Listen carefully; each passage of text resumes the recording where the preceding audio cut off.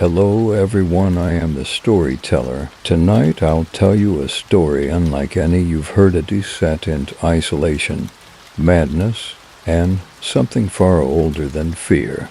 Settle in, listen to the wind sweep across the barren land, and follow Dr. Jonas Allery as he journeys to Whistler's Gulch, a forgotten town where language itself rots, and the earth remembers every word you speak. The ritual has begun, and the silence may be the last safe place left. I remember the sound before the blood, a high whine like feedback from a broken mic, rising from the sinkhole's mouth just as Brad's eyes went blank. He was speaking singing something low, rhythmic, teeth clicking on every third syllable like a metronome built from bone. Then came the crack, jaw unhinged, skull split. The air didn't move. That's what I remember most. No wind, no dust, nothing, just Brent crumpled at the edge of the maw, his mouth still working around syllables long after his breath had left him. I ran. The recorder was still running when I found it later. There was no scream, only the voice, the one I'd first heard in a dream weeks before I came to Whistler's Gulch. Say the name, feed the mouth, or you will never leave. And I still don't know if it meant me or itself. The road to Whistler's Gulch isn't paved anymore. It hasn't been since the Carter administration, and even then it was more of a suggestion, an infrastructure, just a scar through the dust, occasionally marked by rusted cattle fencing and sun-bleach signs that read private mining property, trespassers will be shot, and paint so faded it could have been blood. I drove in alone. Brent was supposed to meet me there, but he missed the last call before I lost reception. GPS failed 10 miles out. Compass needle spun like it was drunk. Classic frontier isolation. I was annoyed until I crossed the last ridge and saw the town, or what was left of it. Whistler's Gulch squatted in the basin like something waiting to be buried. 27 structures still stood if you count leaning wood frames and collapsed porches as standing. There was one church, one saloon, a collapsed post office, and a few minor cabins with warped roofs like buckling vertebrae. At the center of it all, half devoured by erosion and circled with loose rock like a blister ringed in infection, was the maw. The sinkhole, it pulsed, somehow. Not visibly, but I felt it, in my molars, in my sinuses, in that sensitive place behind the eyes where migraines and memory cross paths. I parked the Jeep at the town's only intersection to gravel paths barely wide enough for wagon wheels. The moment the engine cut, I realized how utterly quiet it was. No birds, no insects, no wind, just heat and pressure and a sound like breath being held. Then came the whistle, a thin, reedy tone, high, almost playful, rising from the hole like a child calling a dog. It stopped the second I looked in its direction. Not a breeze stirred, but something had changed. Something I wouldn't be able to explain for weeks. The first time I stepped onto the porch of the old church, I felt the boards breathe. Not creak, breathe inside the church. Dust a quarter-inch thick covered every surface. The pews were warped and swollen from rot. The altar collapsed under the weight of time. But the walls were intact, strangely intact, more than that they were wrong. I counted the 11-etched symbols on the east wall, archaic phonemes, some similar to Cherokee syllabary, others just dot, dot, dot wrong, bet letters. Impossible curves. I took photos, cataloged them. My job was to transcribe, record, analyze. What I saw didn't belong to any living language. Not that I could prove it yet, but one shape stood out immediately. It looked like an ear, roughly drawn, with jagged lines emanating from it in waves like sound or heat. Next to it, written in what appeared to be pigmented ash, was a phrase in crooked English: "The land hears, the land remembers." I turned at a sound behind me.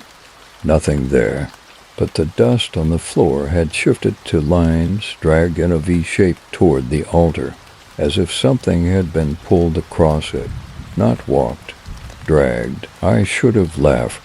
I didn't. Meeting Maeve. She startled me. I'd just stepped out of the church, blinking in the noon glare, when I heard the dry click of a match behind me. She was sitting on the church steps, smoking something wrapped in yellowed paper. Long denim jacket, high boots, steel gray braid. No truck in sight, no sound of approach. "You're him," she said without standing the language man. "Dr. Ellery," I offered. "Jonas, you must be Maeve Calder." She didn't nod, just looked out at the town like she'd buried half of it herself. "Name don't matter much here. Things hear you when you speak 'em." I tried to smile. "I take it that's local superstition?" She looked me in the eye for the first time, not amused. "Es not superstition when it answers back." That night I made camp in the sheriff's old office, one of the only buildings with an intact roof. As I lay in the creaking cot, listening to nothing but my own heartbeat and the click of cooling metal, I heard it again, that high, delicate whistle. Only this time it was coming from inside the building, not outside, not the sinkhole inside, and it was mimicking my breathing. I found the phonograph the next morning in the jailhouse basement, tucked behind a steel desk and a stack of rotting legal ledgers. It shouldn't have worked. There was no electricity, no records, and no stylus, just a rusted horn and a wooden box etched with symbols that matched those in the church. Still, when I touched it, it spoke, just a low thrum, at first barely perceptible. But when I leaned in, the sound coalesced into something structured, not quite music, not quite speech, a cadence. The beat of something living, a heartbeat, maybe, or a voice with its throat slit. I staggered back. When I returned hours later with Brent, who'd finally arrived, flustered and sweat-soaked, the phonograph was silent. He humored me as I explained. We examined it together. No power, no hidden recorder, no moving parts intact. But when he touched it, nothing happened, just dust and rust and silence. He looked at me sideways. "You sure you're not just soaking in the atmosphere a little hard?" I didn't answer. I was already writing, transcribing the rhythm I heard. I'd memorized it somehow, a pattern, 6 beats, pause, then 4, then 2, a countdown or a name. That night I dreamt I was back in the university lecture hall, chalk in hand, but every student had their face wrapped in gauze. No mouths, no eyes, just breathing wet and slow. The chalkboard stretched across every wall, and I couldn't stop writing. Phonemes I didn't know, characters bending backward on themselves. Every time I tried to stop, I heard the phonograph behind me spinning without sound. Then the board cracked open in the center like a mouth, wide and rimmed with nails. From within, something whispered my name, not Jonas, but something older, something closer to me than my own name. Something I didn't understand, but recognized anyway. I woke up choking on dust. My nose bled for 20 minutes. Day 2. Environmental degradation. The weather shifted after the dream. Clouds rolled in without movement. They just appeared, thick and yellow-tinted like smoke from distant fires. The wind stopped entirely. The air had that metallic tension like before a lightning strike, but nothing came, just silence. And that smell again. Copper, coal oil, and something else, like rotting paper and burnt teeth. Brent was foaming drone shots of the sinkhole when his equipment locked up. No GPS, he muttered, frustrated. Even manual calibration's off.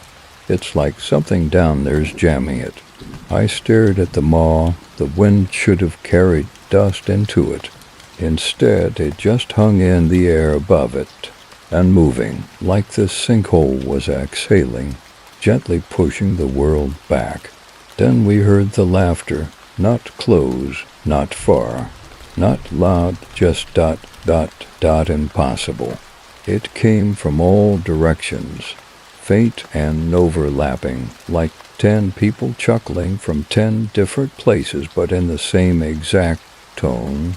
Brent spun around. Jesus, did you hear that? I nodded, but I didn't tell him the worst part. They weren't laughing at anything. They were rehearsing it. That night the phonograph played again, I swear it. We were in the church, comparing carvings, Brent filming, me transcribing when the horn whined just once. Both of us froze. The air thickened like syrup. Brent looked like he was about to speak when the phonograph clicked, not spun, not played, clicked. Then from the horn, and a perfect mimic of my voice, it whispered, "This place remembers you." Brent backed away. "Jonas, did you pre-record that?" Somehow I didn't answer, couldn't, because I'd said that phrase, those exact words, but only in my dream. That night I dreamt of the chalkboard again. Only this time the faceless students were gone. Now it was Brent in the front row, tied to the desk, skin peeling away letter by letter. And behind him, someone leaned close to my ear, breath hot and wet. They whispered the rhythm. 6 beats, pause, 4, pause, 2.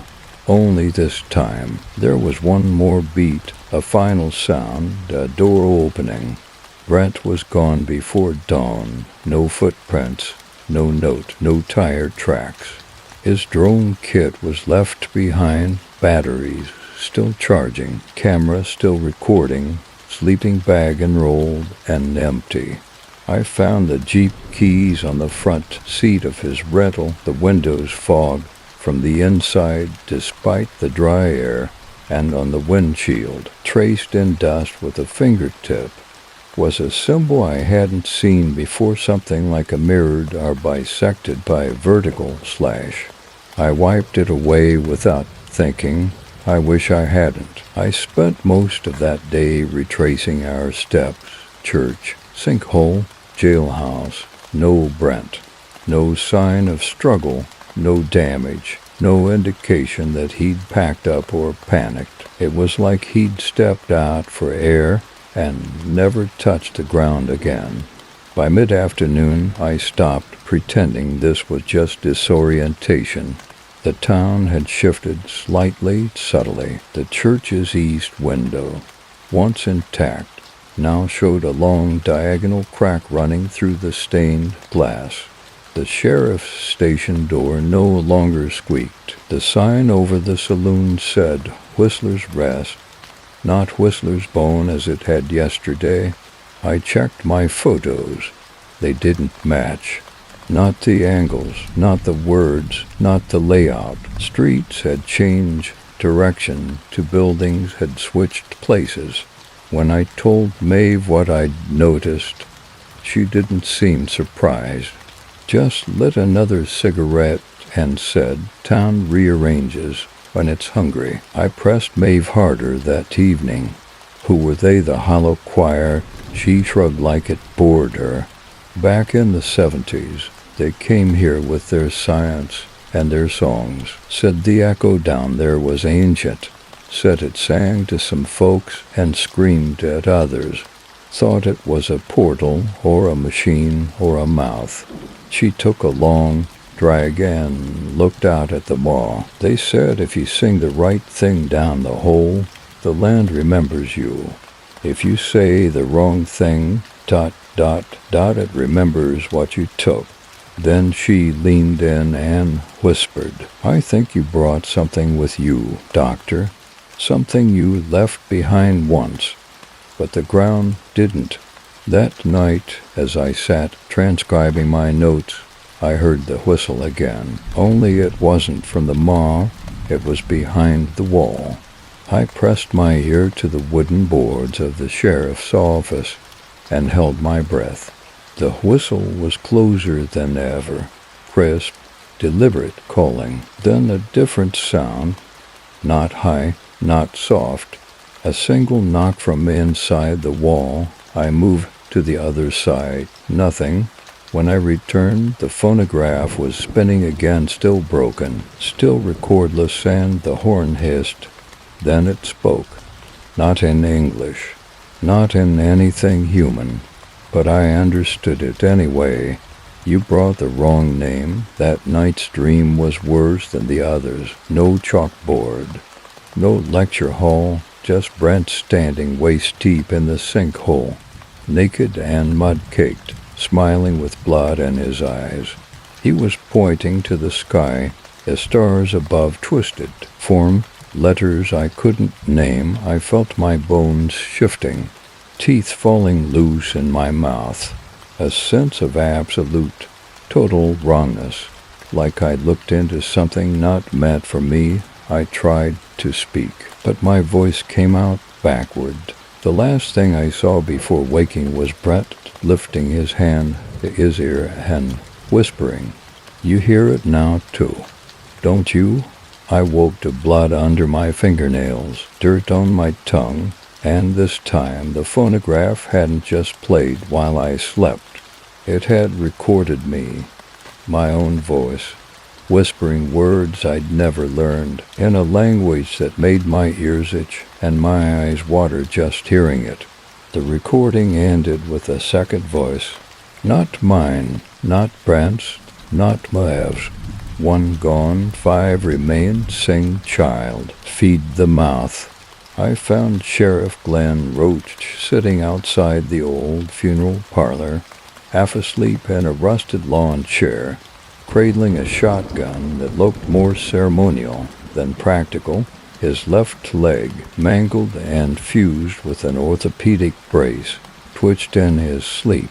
A dark dog I hadn't seen before, missing one eye and silent. The sin watched me from the shadows behind him. The sheriff stirred before I could speak, didn't look surprised to see me. Storm's coming, he muttered without looking. But you already knew that. There wasn't a cloud in the sky, not one. Just heat pressing down like a lid on a boiling pot. I asked him about Brent. He ignored the question. Instead, he said, You seen it yet, the cicada bell? I didn't answer. I didn't need to, because somehow I knew that I had seen it. I just hadn't recognized it. He led me to the chapel's crawl space, a narrow sliver under the foundation, accessible only through a splintered hatch. The dirt down there was dry, but packed. No footprints, no spiders. Just a sharp, bitter smell like burnt sage and old meat. At the center of the space, resting in a bed of coiled barbed wire, was a bell the size of a skull.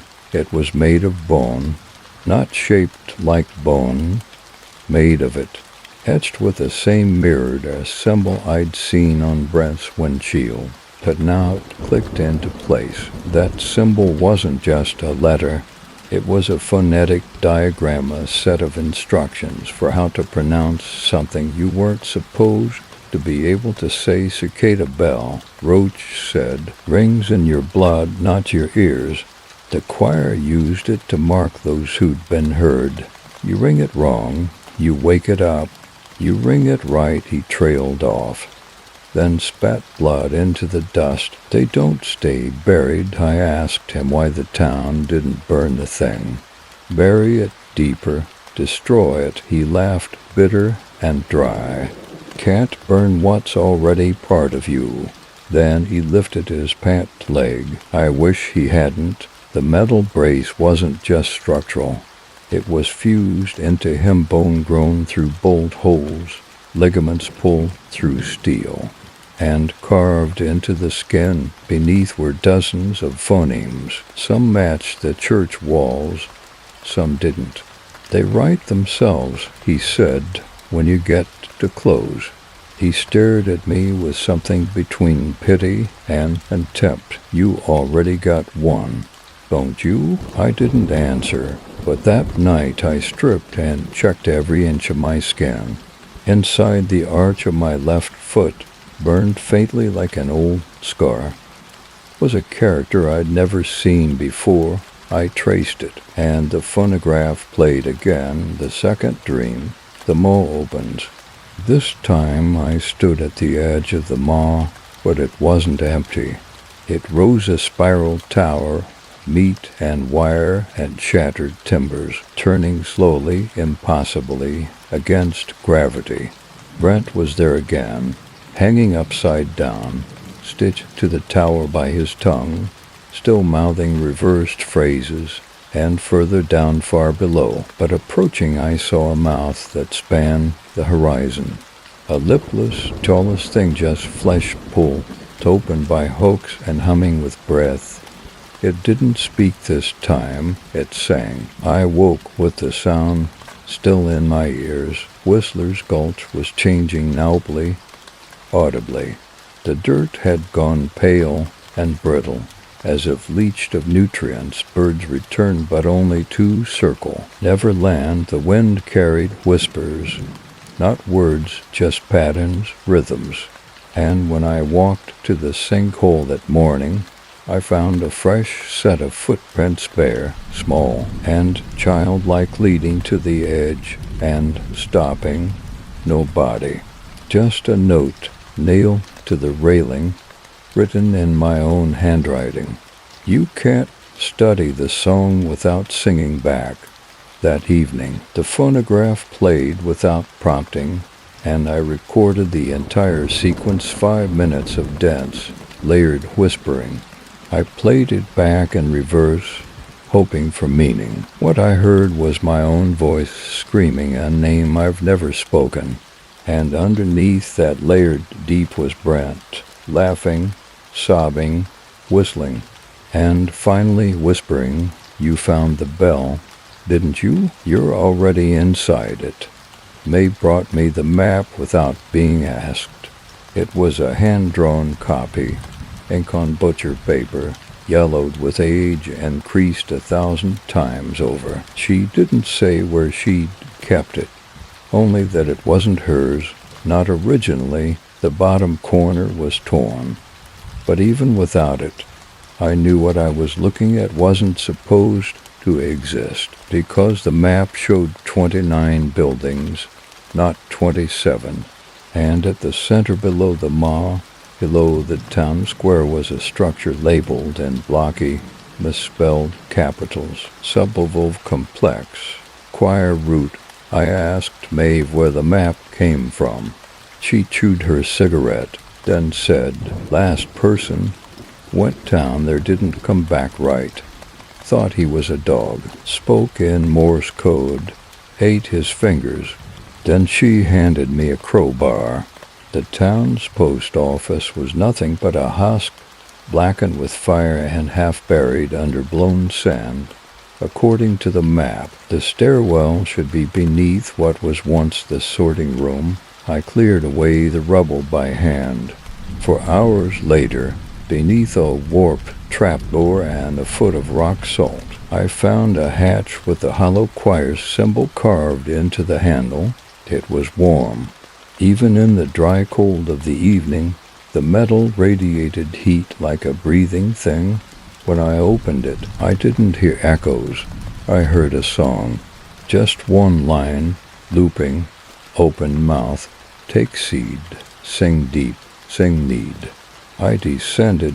The air was wrong, too thick, too wet, like a collapsed mine full of old, lungs. My flashlight cut across rusted pipes and collapsed passageways, but the further I walked, the more intact everything became. No dust, no rot, just stone corridors carved in perfect curves impossibly smooth, like melted wax frozen mid-drip, and on the walls, more of the symbols, etched deep, scored in repeating spirals, phonetic spells. I recorded what I could. My recorder overheated. My backup battery melted. At the center of it all, I found a room, round, padded in red fabric that pulsed like muscle. In the center, a chair, a simple metal chair with restraints. Beneath it, dried blood and one human molar, carved into the floor in hundreds of overlapping letters, some modern, some ancient. Some nonsense was a phrase repeated again and again. The mouth remembers, the mouth repeats, the mouth learns. When I climbed back out, it was morning. I had entered at night, but the sun was in the wrong place. The church's east-facing cross now cast its shadow west at noon. The saloon Whistler's Rest was now Whistler's Bone again, back to its original name. Maeve was gone. Her house was gone. The sheriff's dog was inside my cot, dead, but still warm.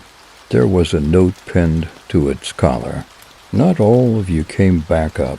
Leave it down there next time. I checked my voice recorder. It played a conversation I never had. My voice and Brent's, discussing the artifact. Discussing Maeve. Brent, you think she's real? Me. No. I think she's what's left. That night I found a second bell smaller, made of polished obsidian, left on the church's pulpit. It rang when I touched it, just once, and the whole town responded, whined dust, all of it reversed direction. Every door slammed open, every window fogged. From the moat a low tone rose like a tuning fork against bone. Vibrating inside my ribs, I dropped the bell. It cracked. The vibration stopped. My nose bled again. This time I tasted salt and rust. The phonograph didn't play.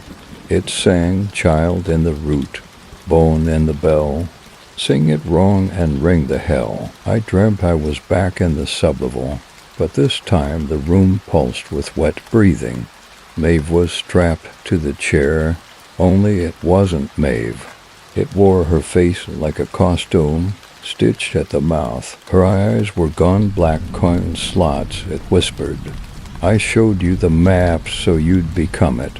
The chair turned on its own, screamed. The walls melted into pages of a book, and on each page was my own handwriting, transcribing words I had never written, names I didn't recognize. At the end of the dream, I turned the last page and saw my birth certificate, rewritten entirely in hollow choir script. I woke up gagging on ink, my fingers stained black. Back in the daylight, I discovered one more building I hadn't noticed before, not on the map, not in the drone footage. A small wooden schoolhouse at the far end of town, its bell tower tilted like a listening ear. Inside, carved into every desk, we learn what the mouth forgets, and on the chalkboard, in perfectly clean handwriting, next lesson, unname yourself. I tried to leave. At first light, I packed only what I needed. My field notes, the broken recorder, the cracked bell, and enough water to make the pass. The Jeep started on the second try. Dust clung to the windshield in streaks shaped like hands. I didn't clean it. I didn't stop. I aimed west, back toward the last paved road, and hit the gas. It took 13 minutes to circle back into town. I didn't turn. I didn't waver.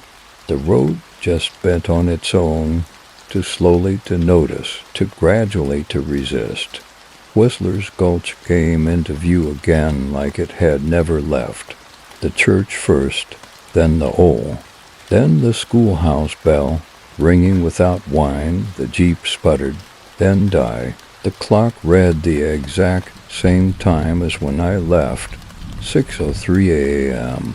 I sat in silence for nearly an hour, and the town watched me. Back in the sheriff's office, the phonograph was already running. No clicks, no warning. It just spun, layered voices, dozens chanting in that alien cadence. Then I heard my voice, then Brent's, then Maeve's, then my mother's, each line, rhythmic and deliberate, built into a structure. Not a song, a ritual, and the words. I began to understand them, not by translation, by recognition, something deeper than language, sublinguistic, prehuman. Every time I tried to stop the machine, it restarted from the beginning, each time faster, sharper, until the voices overlapped and became one, a single, impossibly deep tone like a cathedral collapsing in reverse. The tone ended with one word, again. I began hearing voices at dusk, not whispers, not hallucinations. Voices from inside the buildings the town had become, occupied. The saloon windows glowed with lantern light. Footsteps echoed down the church aisle. The schoolhouse bell rang at exact intervals for times every 33 minutes. I recorded it, 33, 33, 33, 33 for sets, 132 minutes total, 2 hours, 12 minutes. The hollow choir's exact documented rehearsal duration, according to Moab's transcript. I was no longer a researcher, I was a witness, and I understood then. This was the rehearsal phase, not the ceremony. Not yet. This dream was not a dream. I'm certain of that now. I stood in the chapel, its walls pulsing. Every pew was filled not with people, but versions of myself, different ages, different wounds, some blind, some burned, all mouthing words I couldn't hear. Then one stood, older than me, teeth missing, eyes stitched shut. He turned to the congregation of selves and raised the bell. He rang it once, and the town began to hum. Buildings shook, windows shattered, the earth outside groaned. In the dream, I felt myself dissolving, losing letters of my own name, syllable by syllable, until only a hum remained. And the hum said, "You are not the first Ellery. You are the first to listen." She came at dawn, walking through the dust barefoot, eyes wide and vacant. Her braid was gone, her hair hung in wet strips, and her clothes were inside out. She sat on the church steps, just like the first day, but this time, when I asked if she remembered me, she only said, "You're almost in tune now." I asked what the ritual meant, why the town was repeating itself, why I couldn't leave. She laughed, dry, distant. "You don't bury a voice, you bury the throat, and yours is still open." That night, as I lay on the floor of the schoolhouse, with my field notes scattered around me like dead birds, I heard it, from deep beneath the floorboards, a sound I had no right to hear. Children singing, their voices layered, soft, perfect, like they'd been waiting for someone to take the lead. The melody was familiar, not from Whistler's Gulch, from my childhood, a lullaby my mother used to hum when I had night terrors. But here now the words were wrong. Rock the bones, the dust don't cry, fold the name and bleed it dry. Sing for Ma and Ma will lie, one more verse or you will die. I lost the word clock first, I stared at the one on the wall above the sheriff's desk, watching the hands twitch and spin without moving forward. And when I tried to name it in my notes, my pen froze mid-letter. I could describe it, a face, two hands, a number wheel, but the word clock was gone, just a blank space in my mouth. An hour later, water was gone too, then name. By nightfall, I couldn't remember the alphabet in order. Something was stripping language from me, peeling it like bark from a tree, and in its place, sound, rhythm, pattern, the language of Whistler's Gulch. I found the book buried behind the blackboard in the schoolhouse, wedged into a hollow groove, sealed with wax and human hair. It was wrapped in tanned hide, not leather, high, with pores. Inside were pages filled not with text, but with diagrams of speech. Tongues extended, jaws broken open, throats split and rearranged. Each page showed a new configuration, not just how to say something, but how to become it. At the centerfold, drawn in smudge, ash, and red ochre, was a familiar shape, a bell-fractured end underneath it. When the name decays, the mouth becomes God. I stared too long. When I looked up, the classroom was full of children, sitting quietly, wearing my face, mouths sewn shut with wire. The town began to decay rapidly now. Structures bent overnight. Doors wouldn't open where they should. Time fractured sunsets lasting hours, then snapping to night in an instant. Maeve no longer cast a shadow. The signs on every building warped letters bleeding into each other. Whistler's Bone became Hostel. The church became CH__H. And the sinkhole sign, once clear, now simply read M__W. The mall was swallowing language itself, and in the silence it left behind, a new grammar took root. I recorded myself reading aloud from my field notes. The playback was not me. The cadence was mine, but the tone was off to wet, to slow, like something breathing through mucus. The words bent mid-sentence. Letters rearranged. Definitions collapsed. I spoke one sentence 17 times. 17 different meanings. One version translated as, I am inside your mouth now. Another, you are inside the word that eats. And the 17th, there were no words at all. Just that same 6/4 to beat I first heard weeks ago, the countdown.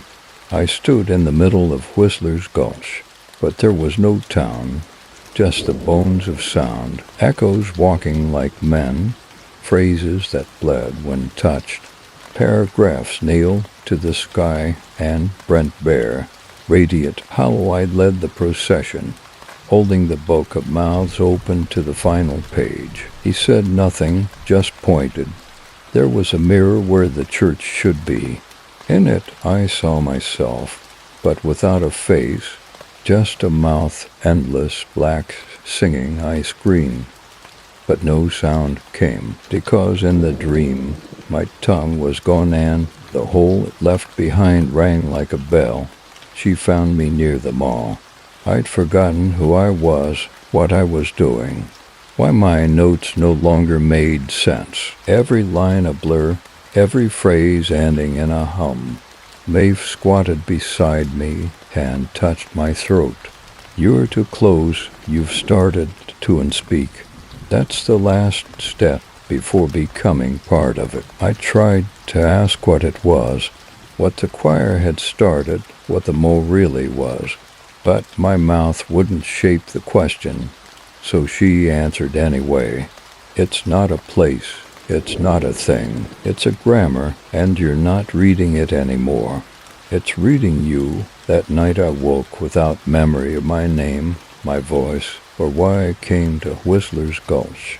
Just one sensation remained, the cracked phonograph in my lap, still, silent. Then at precisely 3:33 a.m. it clicked, and for the first time I sang back, not with words, but with the sounds it had taught me. And somewhere far beneath the earth, something answered. The next morning, Brett came back. He walked out of the maw, not climbed, not crawled. Walked upright, calm, barefoot, his eyes reflecting light like all. He didn't speak, not at first, just stood at the town's center, spine straight, lips parted slightly like he was listening to something behind the sky. Then he opened his mouth wide and exhaled, not breath sound, a frequency so low I felt it more than heard it. Teeth rattled, vision blurred, birds dropped from the sky mid-flight, and from every building in Whistler's Gulch the voices joined him, layered, discordant, beautiful in a way that makes you want to peel your own skin off. The ritual had begun. The schoolhouse walls bloomed with script alive, flowing, reorganizing every time I blinked. Symbols pulsed across my notebook pages, searing into the paper. Even the dirt took form gullies, spelling silent sentences in cursive erosion. I tried to write something, anything, but my hand moved on its own. The word I wrote again and again wasn't a word. It was a shape, a sound made solid. It bled through the paper. It hummed. And as I watched it, I remembered something from a paper I wrote 5 years ago. Phonosemantics, the idea that sound and meaning are just linked. They're the same thing. They arrived at dusk. Figures emerging one by one from the buildings, dressed in black, faces blurred, some wrapped in audio tape, some tattooed with unreadable glyphs. The hollow choir, not ghosts, not people. Voices given form. Maeve stood among them, or something wearing her face. When I stepped forward, they parted, welcoming me without words, like a prodigal syllable returned to its sentence. Brett stood at the pulpit of the church, arms out, palms up, head thrown back. Behind him, the phonograph, spinning dot alive, glowing red from the grooves burned into its horn. Brett finally spoke. 3 words, you're the mouth. They formed a circle around me, 12 of them, like punctuation marks around a forgotten phrase. The book of mouths levitated between us, turning pages in the windless air. Each page displayed not ink, but memory mine moments of speech. My first word, my first lie, my first promise, my first betrayal. Each word uttered, weighed, recorded, each sound I had ever made had been collected. The choir wasn't just rehearsing a song. They were constructing a sentence, a final utterance, using the sum of everything I had ever said. We needed a throat. Brett whispered, you gave us syntax, the maw gives us volume. Now the world will hear itself spoken. The ground split in slow rhythm, breathing open. From its center, the maw uncurled like a black, wet flower.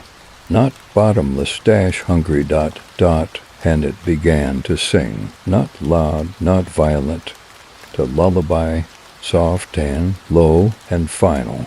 The choir harmonized. I felt myself unravel, not die and speak. My body remained, my mouth open wider than bones should allow, and from within me a new voice emerged. Not mine, not Brent's, something older. The voice of place, it said, I remember the name before your kind.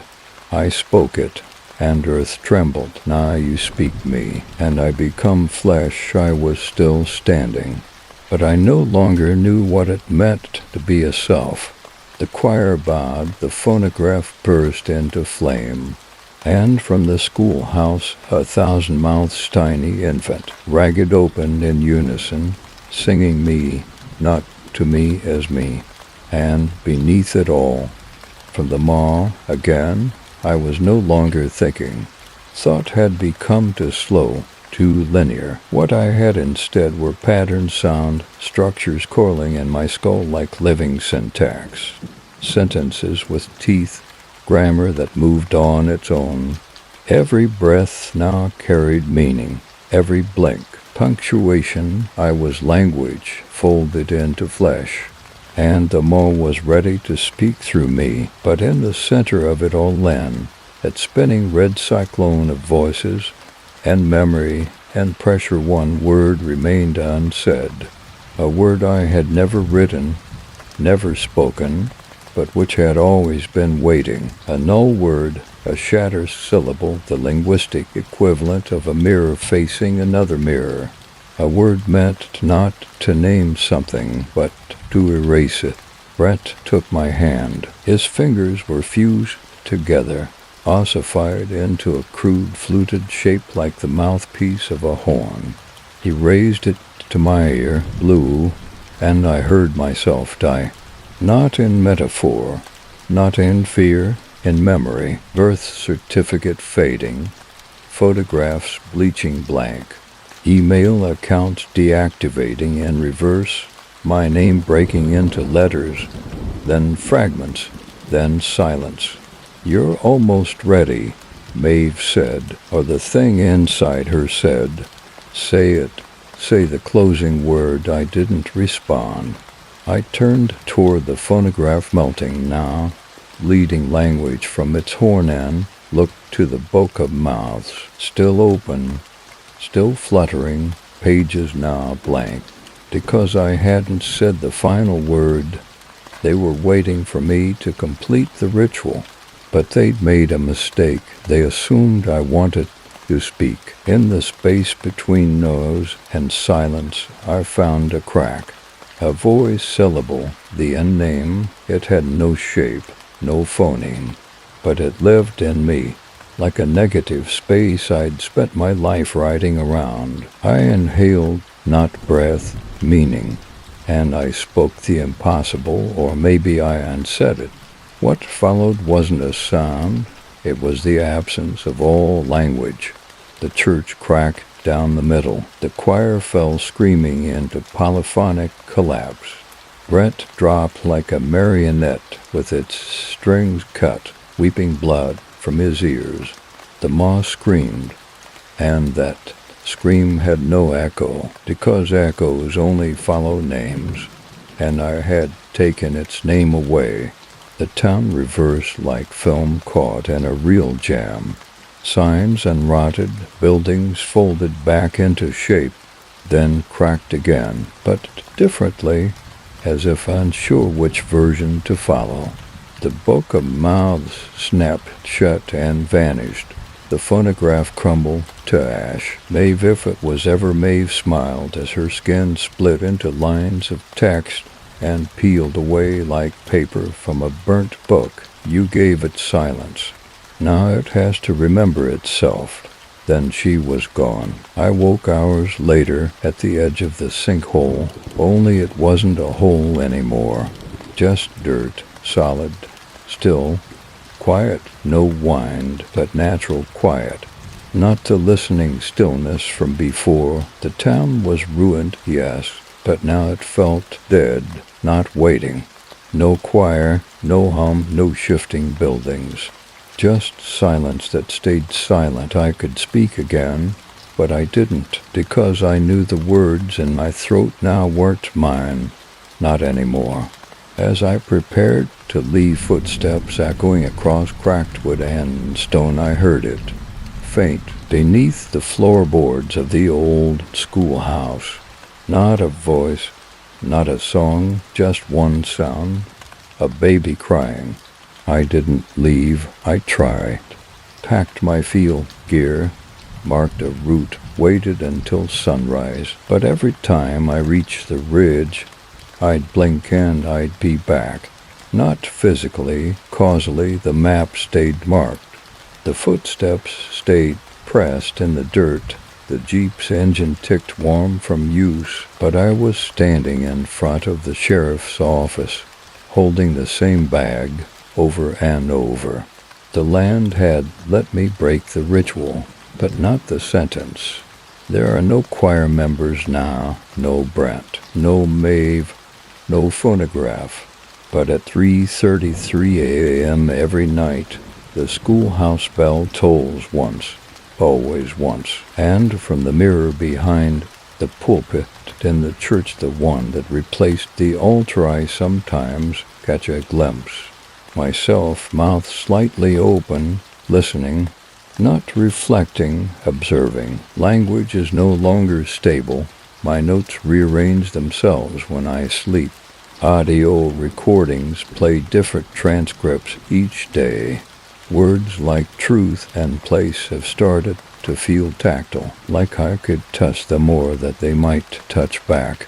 Once, while trying to write my name, I slipped. Instead of Jonas Allery, I wrote Jonas ellipsis 3 dots, an unfinished sentence, a mouth left open. I received a package 3 days ago, unmarked, no return address, sealed with tar. Inside, a single page, burned at the edges, typed, but the ink was smeared by heat or fluid. Only one line legible, codex root interruption logged. Host linguistic breach incomplete. Residual entity remains active. Monitor. Attached was a photograph. Me standing on the ridge, smiling into the camera, but I never posed for it. And in the background, barely visible, was the sinkhole open, still breathing. Tonight I stood in front of the mirror, waited. My reflection did not move. It stayed still when I tilted my head, smiled when I frowned. Then it raised a finger to its lips and whispered, "Say it again." The mirror cracked from the inside. My ears bled, ... and behind my reflection, rows of children sat at desks, mouths stitched, humming softly. I no longer sleep.